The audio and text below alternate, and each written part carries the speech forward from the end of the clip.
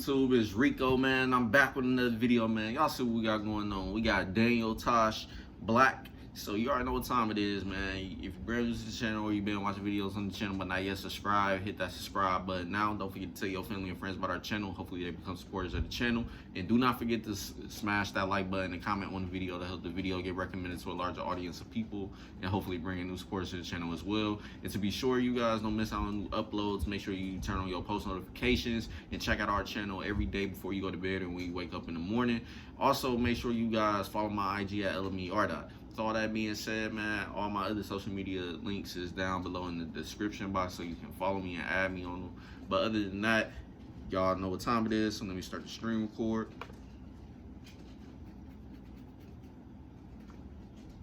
That started. Now, I tried to look for an actual video of this, but for some reason I can't find it, so we only got the audio version, but it is what it is, though. Hopefully you guys enjoyed this video, and we're going to get it started now. I hope the world ends in my lifetime. I want to see it. I don't want it to end tonight.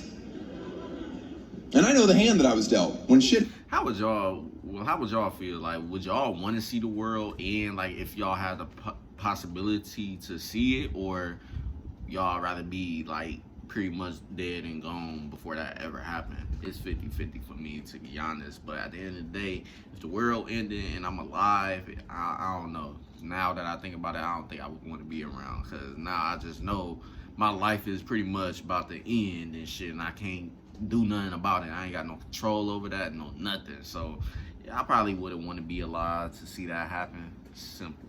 But now let's continue on. It hits the fan, I don't make good decisions. I die hour one. And we need to go north. I don't know where north is. I'm gonna stay here, guys. Dead. Some of you, you're gonna survive for a while. Good for you. Sizing people up as quick as you can. Do you know how to fly a plane? No? Knife to the throat. Out of my way. You're useless. That's what I've learned from watching movies. If anybody ever comes running up to you screaming, do you know how to fly a plane? Muster up some courage in a hurry. Yep. Nobody screaming, do you know how to fly a plane, doesn't have horrible things happening right behind them. Just jump in that cockpit, just start flipping switches. Calm down, my plane's a little different. Have you out of here in no time. Does this have a mirror? No? Okay, that was a joke. Haha. That's how you survive a little bit longer. I watch any TV show with Alaska in the title just so I can see what a real man is supposed to look like. Or Bear Grylls, I love him. A British Green Beret giving us survival tactics while we sit on the couch and snack. Come on, who's that show for? I can rule out half the planet. I don't know a woman that can do one pull-up, let alone climb a vine up a waterfall to eat a bat. Yeah, heads up, ladies, you're gonna die at the bottom. I'm going up there to eat bat. Do you know how to eat a bat? I saw this episode. I'll tell you, it's not as hard as you think. First thing you have to do, catch a fucking bat. I'm out.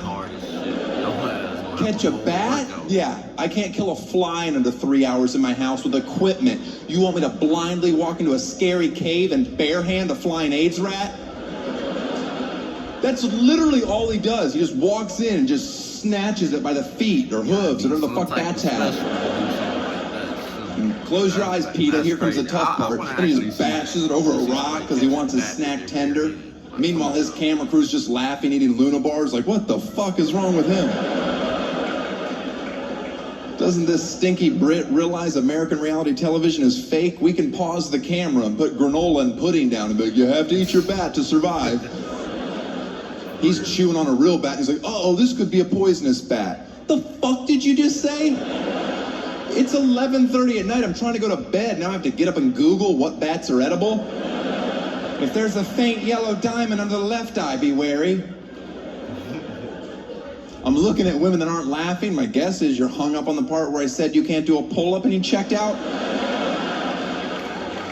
I can do them. Hey, I know some people up in there. Hey, man, at the end of the day, if you gonna go to a comedy show, man, you gotta go up in there pretty much expecting anything and everything to be said, man. Because at that point, it's kind of really no limitations into what a comedian can say for a joke and stuff. Because at the end of the day, their jokes is to be taken lighthearted and stuff, not, oh, he's dead ass serious, this is how he really feels and stuff like that. We should riot or cancel him, etc., etc. Because at the end of the day, comedians are paid to be a jokester. Like, they're gonna say anything and everything that they possibly can to make a joke. So at the end of the day, you shouldn't take it personal or anything like that, because that's what their job is to do, to make people laugh. And their humor could be dark humor, it could be I don't know, it's just the point is, they're comedians. They're gonna joke about everything and anything, no matter what kind of topic it is. It could be something super serious. At the end of the day, it's for jokes. They're not meaning it for real, literally and stuff like that. Because if they was, hey, they would have been canceled. They wouldn't even probably have a career at all if that's really how they really felt about shit. But at the end of the day, man, y'all can be the judge, man. It's up to y'all at the end of the day how y'all feel about comedians with certain jokes and stuff like that. But me, I'm gonna take it lighthearted. But like I said, don't go to a show being serious, because you just gonna open yourself up to being attacked with the jokes and shit. So as simple as that. Pull up. Yeah, and there's a reason you're here alone. Your shoulders are gross and nobody likes you. You should knock it off with a CrossFit. Nobody needs to flip a tire in 2015. We all have AAA. You haven't had your period in 4 years for a reason. You're growing a dick. Now lighten up.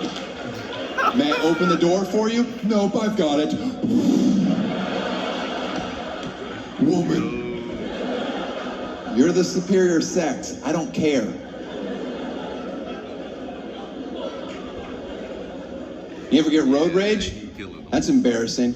I've had road rage before and won, and I've had road rage and lost. I'm going to tell you 2 different stories. You can determine which is which. And the first one I want to point out, I was pretty young at the time. And the only reason I want you to know that is because I don't approve of what I said. But I had just moved out here to Los Angeles. I was in traffic in my Acura with the sunroof open. Yeah, I was doing pretty well from day one. Started from the upper middle-ish, now I'm here. I was yelling through my sunroof at a guy in a delivery truck, and I don't remember what we were fighting over. But at one point, I may have yelled, "That's why you have to work on Saturday, you piece of shit." I ain't gonna lie. And then he spit a mouthful of Doritos onto me.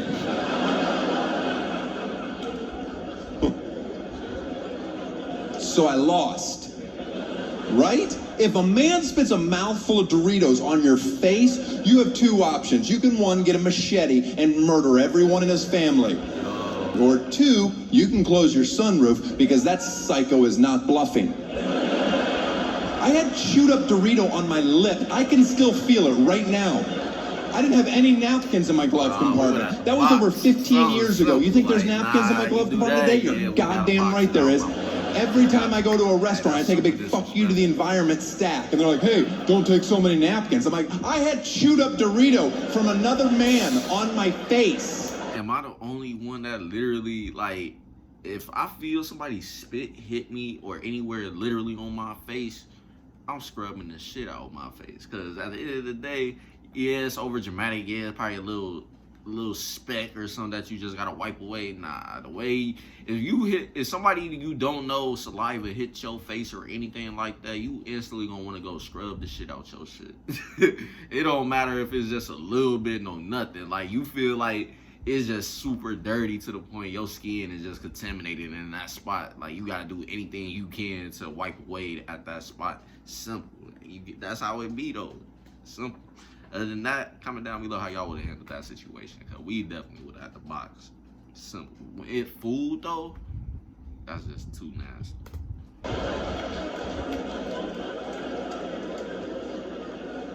Now, here's a time more recently that I had road rage. I think I handled things a little more maturely. Again, I was in Los Angeles. I was on the 10 freeway eastbound, middle lane. Don't know what that says about my personality, but that's where you'll find me. I'm not an aggressive driver. Drive a station wagon. I was doing nothing wrong. I saw a car changing lanes, driving like a maniac, cutting people off. He was coming toward me. He wanted me to get out of the way. I chose not to. I'm like, fuck it, slam into me. He didn't, but he got on my bumper, and he was irritated, he was flipping me off. I noticed he has a wedding ring on, and his wife's in the front seat. And people do that out here in Arizona too, man. That's the crazy thing about it. Like, people really be wanting you to get out their way just because they want to speed and do some crazy ass driving and shit, and pretty much be a danger to everybody that's on the damn highway. Like, man, you already know what time it is. Like, I ain't gonna say too much, man. Just know that situation can go anywhere if you wanted to, man. Because at the end of the day, I know what I can do and what I'm capable of and what I got. So you can take it either way you want to take it, man. Simple as that. But once you hit my car or something, yeah, we definitely got a problem. And I don't care if you mad about it or whatever the case is, because you the one that caused the accident because you wanted to speed. Like, come on now. You can't be doing all of that. You just can't. Too many people around, too many cars.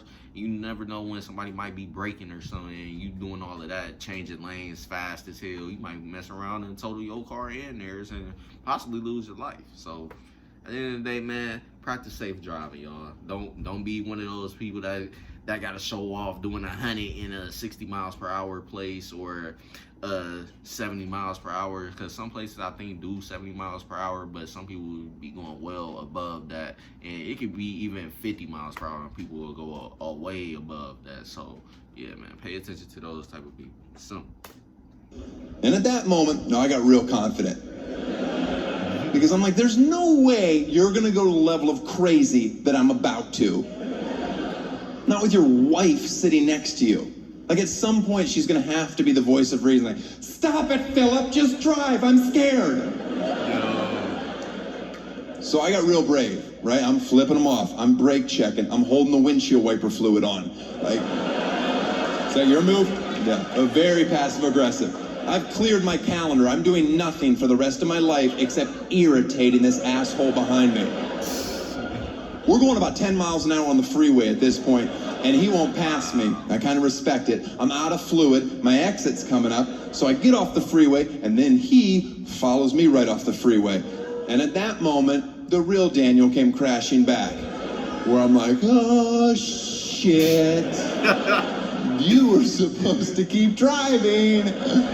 That's not your wife. That's a hooker. You're going to murder, isn't it? Like, you got to think fast. What do? Well, I know this exit. It's Robertson exit if you want to verify it. There's a very large black homeless guy at the bottom with a sign that just said food. I aggressively drove toward him with this guy right on my bumper, slammed on my brakes to a dead stop so he's pinned behind me, can't get around. I roll my window down. I give the guy $20. I say, you need to go crazy on the car behind me. I swear, he doesn't even hesitate. Both hands on the hood, cocks his head, starts screaming at the guy. Meanwhile, I'm like, oh shit, he's gonna murder him too. Now I got blood on my hands, but I don't really care because it's a homeless guy. I'm like, it's probably not even the worst decision he's made today. So I take off, and the driver shoots me one last look, and I appreciate it because he certainly didn't have to. But he gave me the, you won. And I've never felt better about anything I've ever done in my entire life.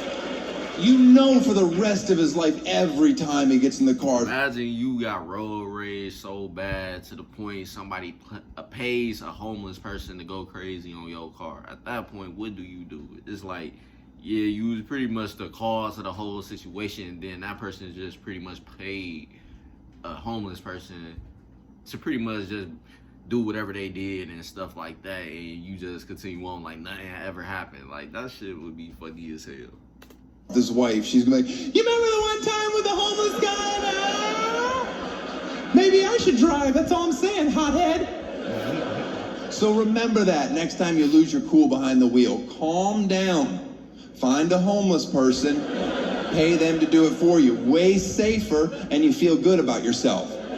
And the only part of that story I embellished even the slightest bit was the amount of money that I gave him. Because if you think I'm giving out 20s, you're fucking crazier than he was. Thank you very much. Good night. Yeah, he funny as hell for this one, man. But that's pretty much the end of the video, man. I enjoyed the video, man. If you guys enjoyed my reaction to this video, make sure you leave a like, comment, and subscribe if you're brand new to the channel. Don't forget to tell your family and friends about our channel. Hopefully they become supporters of the channel as well. And also, hopefully this video get recommended to a large audience of people and hopefully bring new supporters to the channel as well. And don't forget to check out our channel by turning on your post notifications. Well, not checking out our channel, but you know what I mean. Turn on your post notifications so you don't miss out on new uploads. And now check out our channel too as well before you go to bed or when you wake up in the morning every single day, so that way you don't miss out on those new uploads. And also follow my IG at LMERico, and all my other social media platforms is in the description box, as well as my IG, so you guys can remember, so that way you guys can go add and follow me on my social media platforms. Other than that, that's the end of this video, and I'm gonna catch y'all later on with more videos. Peace.